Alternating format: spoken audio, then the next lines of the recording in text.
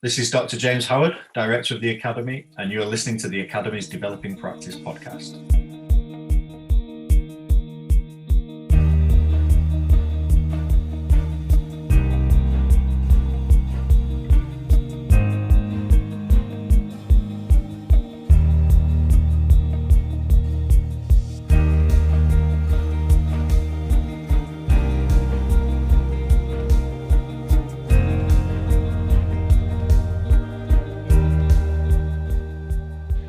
And in this episode, myself, Alex Owen, academic developer, and Matt Davis, organisational developer, sat down with Dr. James Howard, the Director of the Academy at the University of Liverpool.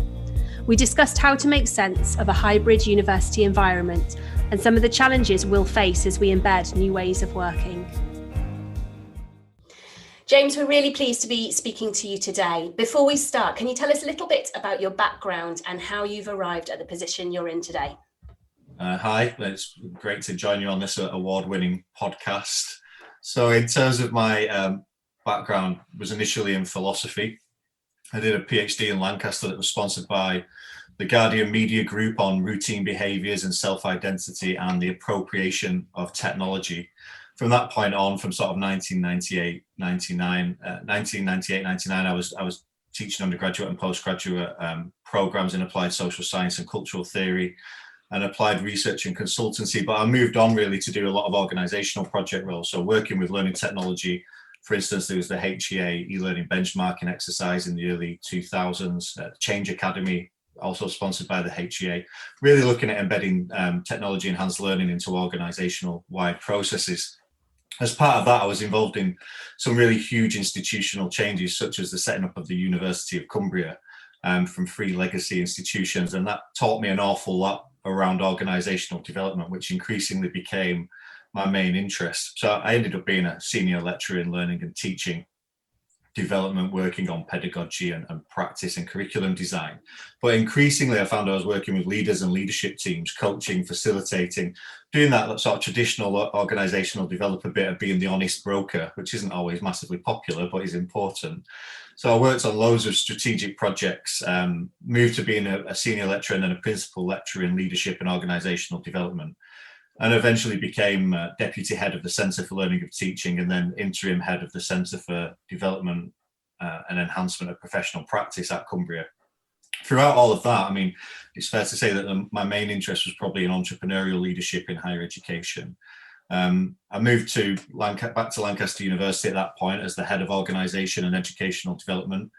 Great experience for over 5 years there. We completely changed the approach to development, introduced researcher development, introduced leadership programs, new suite of educational development programs, and a huge focus on international delivery with Malaysia, Pakistan, India, China, and Ghana in West Africa.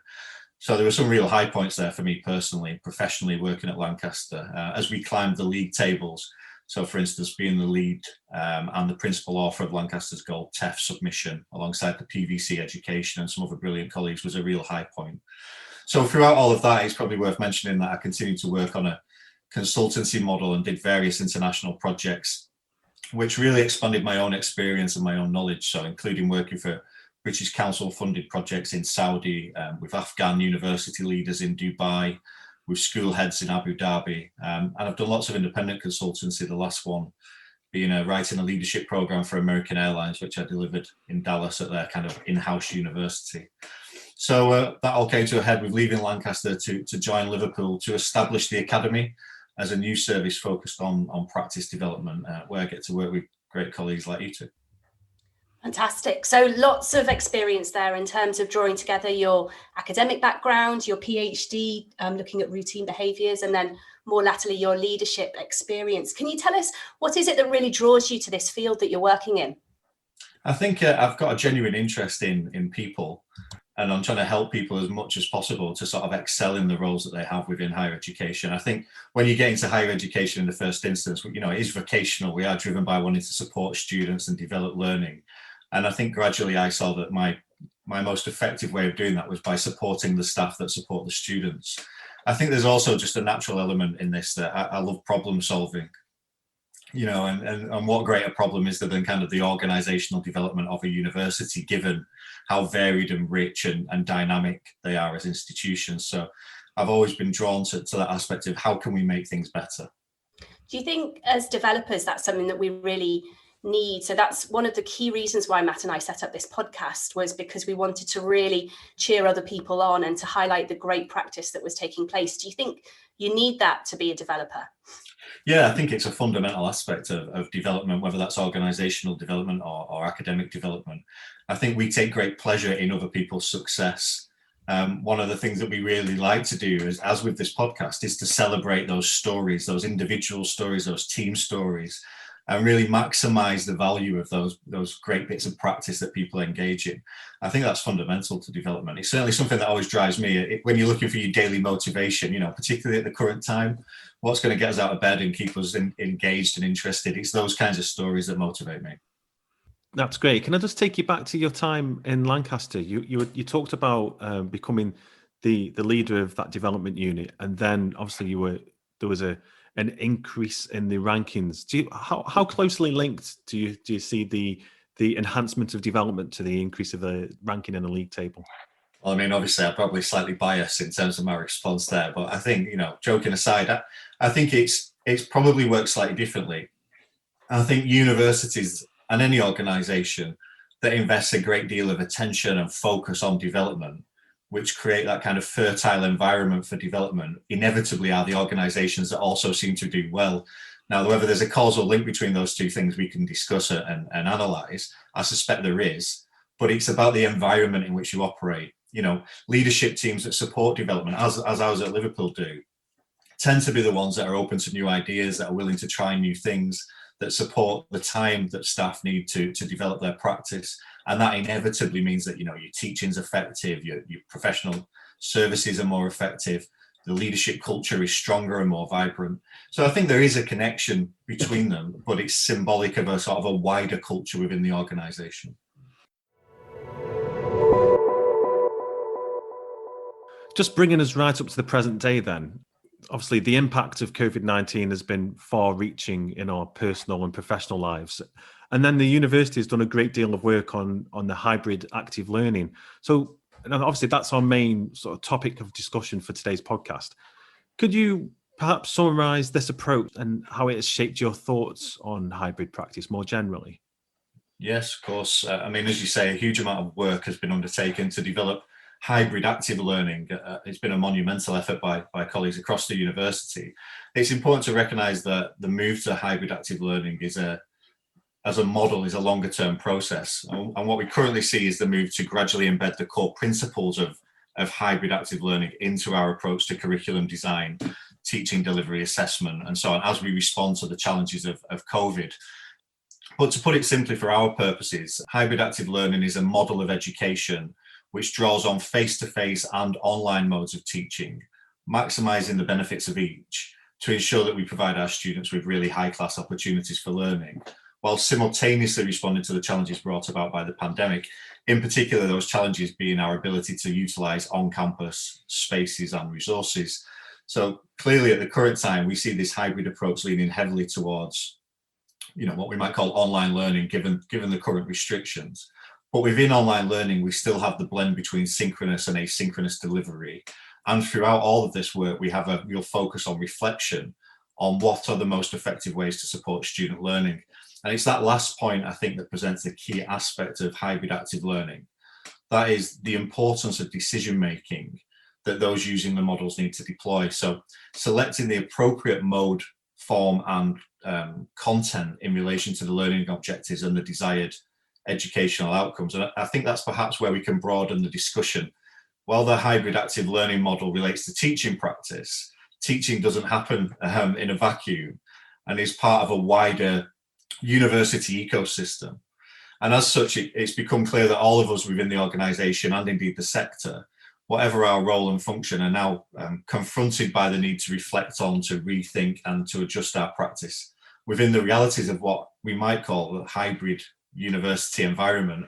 So just as the strategies of hybrid teaching will vary significantly according to the subject matter being taught and the needs of learners, So hybrid practice will need to vary according to the role and context in which we operate, the needs of those that we work with, and so on. So we need to ask ourselves, how will we make decisions about which approaches are best deployed as professionals to maximize the value of our work? And I think that raises some really interesting questions. How might we collectively approach this challenge of adapting to hybrid practice? How will this affect colleagues? How can this transition be supported? How can it result in positive outcomes? And I think that's all despite the difficulties within which this move has been initiated, a global pandemic. So I think it does raise really interesting questions if we extrapolate from hybrid active learning to that wider idea of hybrid practice in a hybrid university environment. So if we want to unpack that a little bit, as you say, we've all need to rethink our practices as academics and as colleagues from professional services as a result of COVID.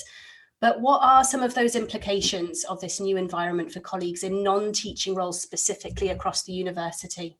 So I suppose in short, the functions which we provide and the context in which our delivery occurs are now fundamentally affected by the same forces that are affecting the delivery of education for our students. But I think in reality, the implications of hybrid will to a large extent be shared across teaching and non-teaching roles. COVID, if we take a step back, maybe COVID's caused us to reflect on, adapt and modify our practice over a very short space of time. It's cast into doubt our usual ways of working, and it's demanded significant changes in the delivery of our teaching, our research and our services. It's changed, the way we communicate, our use of technology, our relationships with each other, how we work with our colleagues, how we collaborate, and how we lead and manage our colleagues. It's affected how we understand our roles and our professional identities, the functions we're employed to fulfill. It's, from our point of view as developers, it's changing the skills and knowledge that we need, the schedules that we work to, and the demands that are placed upon us.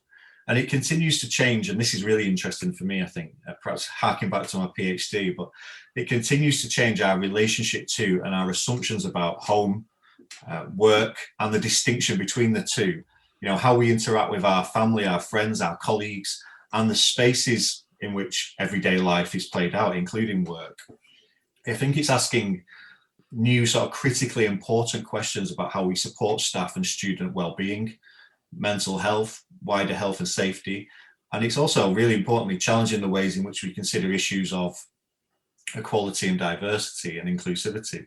So to go back to your question, there's no doubt that COVID-19 has engaged us in an ongoing transition from where we were to where we're sort of heading. The problem is that there's no clear endpoint at this moment in time. And that can understandably leave all of us, whether in teaching or non-teaching roles, feeling unsure and ill-prepared, I suppose. However, I would want to stress a positive that many of us have perhaps seen for ourselves.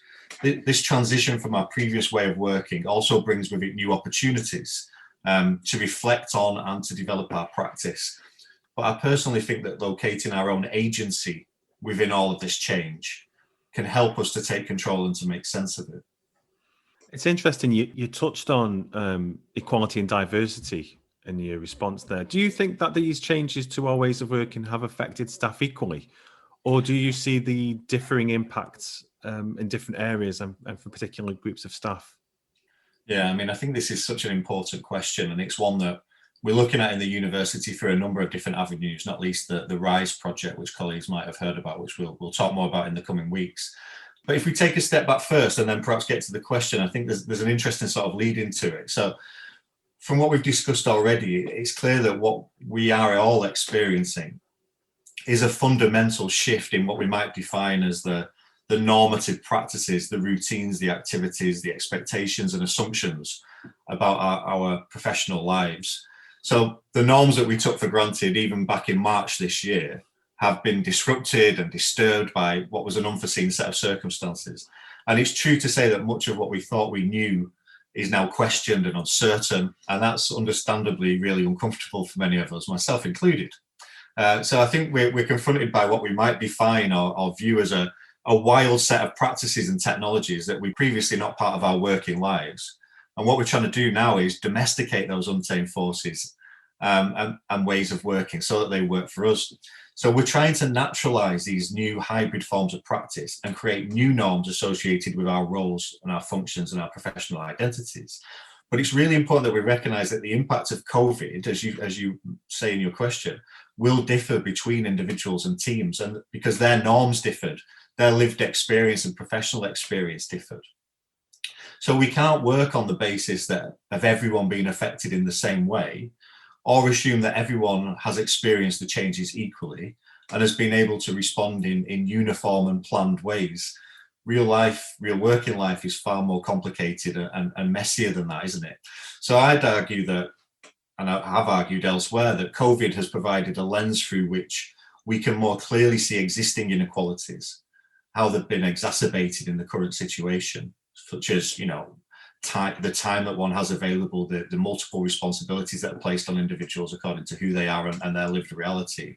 But it also provides a lever that we can use to try and address some of these issues. So I think it's really important that all of us think carefully about the practices that we put in place to actively monitor and address the differentiated impact that new hybrid ways of working may have on our diverse colleagues, and therefore allow us to give extra support and help and understanding where it's needed. So I think we have a responsibility to ask ourselves how colleagues from different backgrounds, perhaps with different characteristics, may be experiencing the changes initiated by the pandemic in different ways, and ensure that we're able to respond as required. Just to add to that, I think also, how do we build in this new way of working those smaller but critical aspects of a healthy working culture, of a positive working culture, checking in with colleagues, giving support, being aware of issues of, say, isolation or overload? Are we up to date as individuals with the resources and services available to support good mental health? Are we giving our teams and colleagues the time they need to adjust and to develop these new ways of working? We should ask ourselves, what strategies are we using to manage our own well-being and keep a close eye on workload balance? That's a real issue for many of us when working from home, and that's one of the areas where people are affected differently depending upon their lived experience. So I think increasingly colleagues are working non-core hours, for instance, due to childcare demands, or just preference now that's an option. Have we adjusted our expectations and approaches to take account of those kinds of changes? So I think I've set up a number of questions there, but I think we need to be in a position to answer those questions positively if we're going to create a positive working culture that does acknowledge this differentiated impact that COVID has had. Yeah, I think you're right. I think one of the other challenges that we've all faced is that we've had this period of transition and rapid change. If I think back, James, to maybe January, February time, and with our monthly meeting, one-to-one meeting, one of the admin team were like, "Oh, you can't meet face to face, but would you like a Teams meeting?" And I was like, "Absolutely not. I do not want to meet James Howard through Teams." And now it's just normal practice, isn't it? We've all moved incredibly quickly in terms of what COVID has forced us to do. So can you talk to us a little bit about what challenges you think we've had in terms of this period of transition and rapid change? Yeah, I mean, unfortunately, a number of people still say that about a Teams meeting with me, despite the fact that's now one of our only options, but that's a personal issue. So I think you're right. In addition to the challenges that we've already discussed, the speed and scale of change that we continue to experience has forced colleagues to find new ways of navigating existing responsibilities and processes, while at the same time taking on new activities and balancing new expectations. And all of that's happened without necessarily, I suppose, having the luxury of time for preparation and planning. That in itself is really challenging and can have a really significant impact on how one feels about one's own performance, one's ability to do the job, and therefore one's well-being. For leaders and managers, just as an aside, I think that issue is perhaps two-sided. As leaders struggle with these same issues and feelings personally, they also have to try and consider the implications for their team members, help them cope and adjust to those changes, often while engaging in leadership from a distance without the ability to meet colleagues in person, filtered through all of these technologies that we've now become so familiar with. We're really talking about culture, aren't we? The culture of the organization and how that's been affected. And I think that's a really fascinating topic for consideration. We have to remind ourselves that the context in which these changes have come about is not a normal context. The very real worry, stress, and concern that we've all experienced for our families, our friends, our colleagues, and our students is the background in which these changes to our practice have happened. So we began this process of adapting and responding in the teeth of a crisis, the scale and severity of which at the time was unclear. And it's against that backdrop that we ask more of ourselves than we ever have, and of our teams and of the wider university. So for many of us, it wasn't so much working at home as working at home in a crisis, and for some, living at work. Let's not forget those who've still been on campus, technicians, estates teams, many academic staff, who've also been dealing with all these challenges, but also navigating all the worry that has brought, the coming into campus, the travel, etc. So against that backdrop, I think it's been remarkable to see the inherent strengths of our community come to the fore. We've witnessed the power of collective wisdom and effort. In a remarkably short space of time, we can achieve something, really impressive if we pull together. However, I think it's equally true that at some point we have to stop and take stock. As much as that's possible to do, we have to draw a line and move forward with a slightly different mindset. And this might be controversial to some people while we're still dealing with lots of these challenges, but I genuinely mean this in a positive sense. From a well-being perspective, we need to develop a recognition of a new business as usual, as we build a new culture, a new working culture at the university, as opposed to continuing to work in crisis mode. That has a very real negative impact, operating in that heightened state over a long period of time, not least in terms of mental health and physical exhaustion. And I think we're starting to see this develop now, this new sort of sense of business as usual. I think it's beginning to emerge as we continue to make sense of where we are now within this new working reality. I think evidently change of this sort will continue to be with us for some time. And the focus of that will shift. It will not least gradually to returning to campus, at least partially, and transitioning to a new working model. It's important to recognise that hybrid practices will continue to be a key part of that as we go forward. And I think that's a really exciting prospect to consider in some ways, albeit one with inherent anxieties. For the last 8 months, we've been doing all the old things we always did, often in the old ways, but using new technologies. And I honestly believe that what we now need to do is use this opportunity to focus on our end goals and do new things in new ways using these new technologies, which we're now so much more familiar with. Just while we're deep into what COVID has done, I just want to ask you a personal question. Well, two actually. What do you think is the biggest thing that you've learned from this time, from COVID? And also, what's the biggest thing that has been reaffirmed? I suppose the biggest thing that I've recognised is how through that kind of collective endeavour, we're able to do things that we would have imagined would take years to achieve. We've managed to do over an amazingly short space of time, through the imperative to continue to operate the university, to continue to support our colleagues in our world, and through the necessity to continue to teach our students effectively. We've managed to make changes that we would previously have thought unbelievable and unachievable in a really, really short space of time. And that's been through just pulling together and getting on with it and getting it done. I think the thing that I've personally recognised, if that was the second part of your question on top of that, is that can be done for a period of time. You can work like that in that short, sharp period. But actually to make something that's genuinely sustainable, that takes account of people's well-being and that capitalises on the opportunities that this change has given us, we have to do what I've just described, which is to reflect really carefully and to sort of take stock and to move forward in a more planned and sustainable way.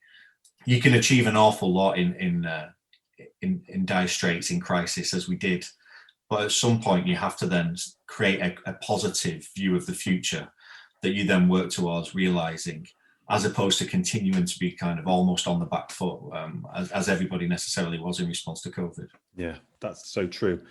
When you're talking about new technologies as well, I think one of the things that obviously as a university we're going into is enhancing digital literacy, digital fluency. If we can't do it now, when we've all been forced into digital ways of working, then we're never going to be able to do it, are we? Well, that's right. I mean, it goes back to Alex's point about, the way that we used to organise one-to-ones or our team meetings and everything. And I know this is something that we've been discussing in the academy as a team. Genuinely, there's things that I imagine that at some point in the next 5 years we might try and do, which are now just completely part of our normal practice. As you know, in the academy, you've been part of these activities. We did the Making an Impact researcher development event earlier on this year. I literally hundreds of people engaging in scores of sessions using technology alone, no face-to-face contact. And we converted that sort of overnight almost into being a flexible online event. The way that we're changing our teaching programs, our accredited programs, to respond to this hybrid active learning methodology. These are all things that we knew we were going to do at some point, and that we kind of aspired to achieve, and we'd write strategic plans as we do in universities and think, well, one day we'll get there, but it's right to say it now. And actually, by the time we got into April, May, we were really doing these things, and we carry the scars certainly from the lessons learned as we tried to make all of those changes. But we're in a fantastic place to be able to move forward. Some of the events that we're now able to organise, the manner in which we deliver our service as the Academy, we're able to incorporate people to open up opportunities in ways that we never were able to do in entirely face-to-face situations. It's caused us to genuinely challenge our own practice, our own norms of practice, and to come up with far more equitable approaches than we would have done previously, even though that was a concern of ours at that point. So, the access that people can now get wherever they are at the time that suits them, the way that we flipped all of our resources, created different styles of learning opportunity. I'm very proud of what we've achieved, but I also think it's just really exciting in terms of the future. We now look at development through a completely different lens than we looked at it in March. And that has been due to, these really unforeseen and unfortunate circumstances. But I think for our own well-being and our professional peace of mind, it's important that we recognise that it's given us a great deal of opportunities that we can then extend to our colleagues and staff across the university. Yeah, absolutely. Great. So you've mentioned a few times the impact of the last few months on our well-being. And it was interesting during lockdown, the Wellbeing podcast was one of the most listened to podcasts, actually. So people were obviously maybe struggling in this area or exploring this area. Do you think there are any other implications for our practice and what we need to do next in terms of that specific area of well-being? Yeah, I think that the podcasts on wellbeing were brilliant and really timely. And it's one of the things that I've been really gratified by, actually, is the extent to which, in the midst of all of this, change and the speed of change, we have genuinely, as a team and as an institution, as colleagues, we have had a real concern for well-being, and for the well-being of our wider institution. One of the key elements that I mentioned briefly earlier is how all this has affected the patterns and routines of our working life, but also life more generally. So, to use an analogy, maybe from my point of view, I describe it as the grammar of our working lives has been disrupted and in some ways forcibly discarded. So whereas previously our day was punctuated by regular and expected rhythm of events and interactions, changes of place and context, transitions between home and workspaces, between office, classroom and lab, and the physical act of movement that entailed, moving between those spaces.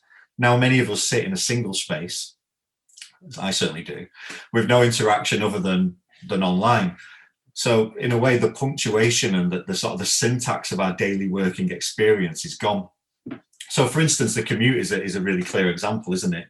I personally never thought I would miss the windswept reality of Wigan North Western Station at 6 o'clock in the morning.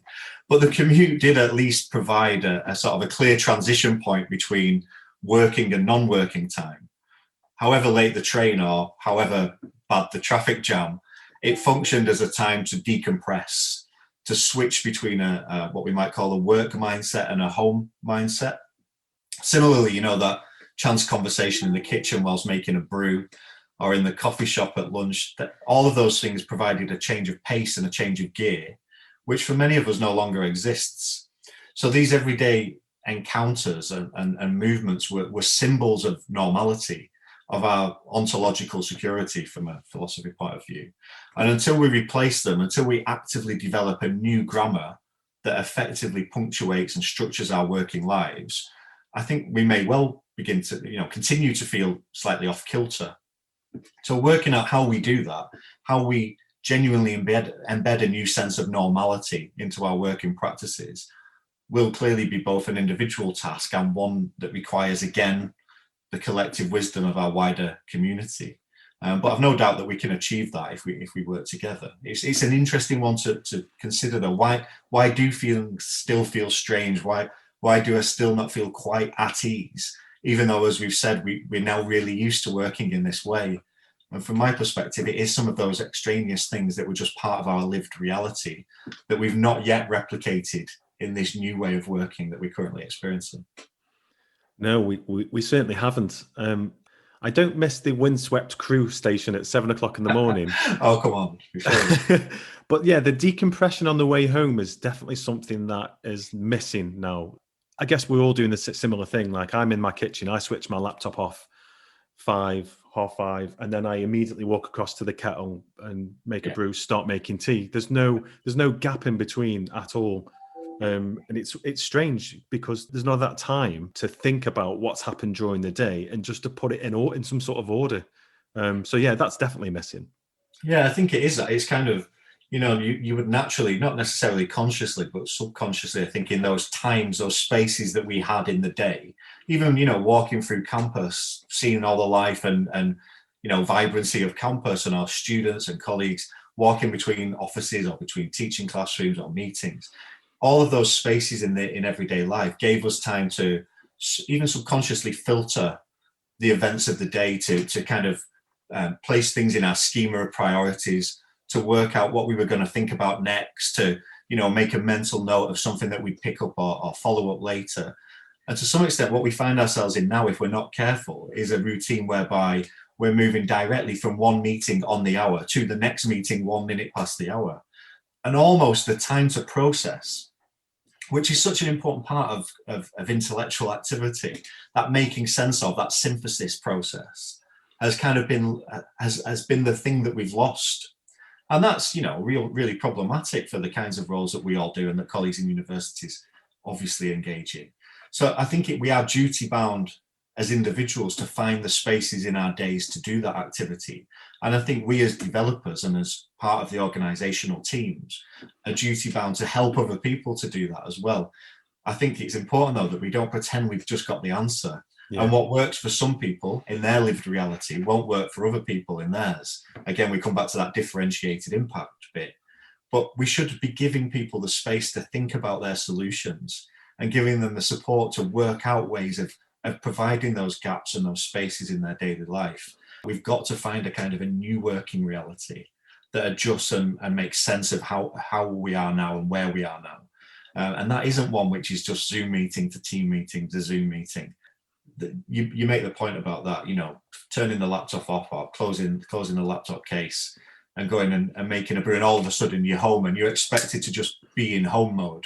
Well, I'm sure, you'd have the same experience as me. It doesn't work like that.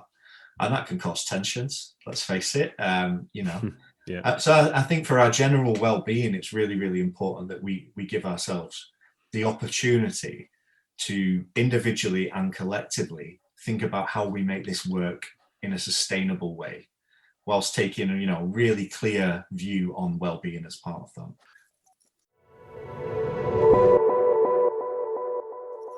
Brilliant. Thanks, James. So we like to finish each podcast with 3 or 4 take-home tips that the listeners could reflect on in terms of their own personal practice. And we do this in every single episode.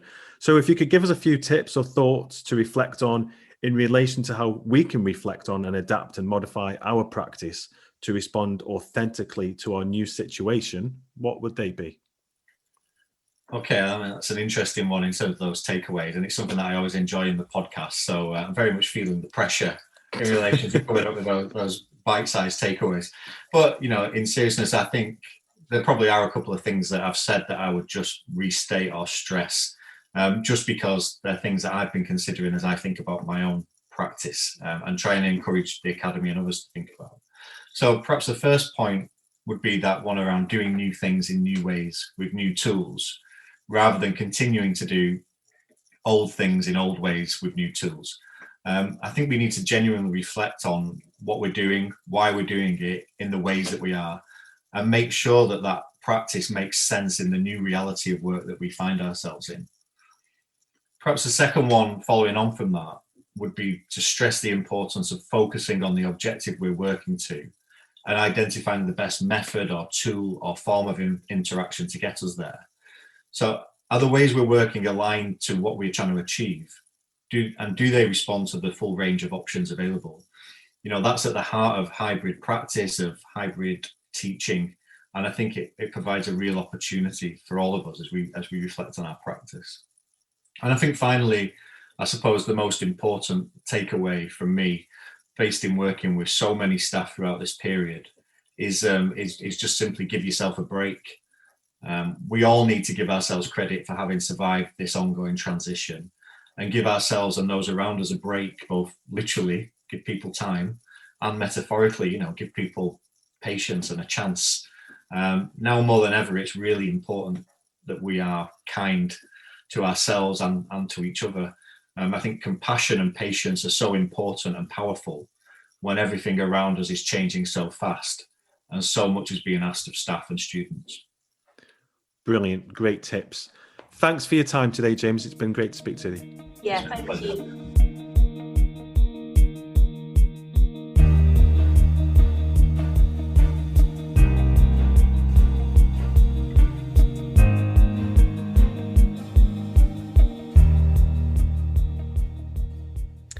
Well, that was a really interesting chat with James, and there's lots of things that I know I'm going to go away and reflect on and think about in terms of my own personal practice as I adapt to the new ways of working.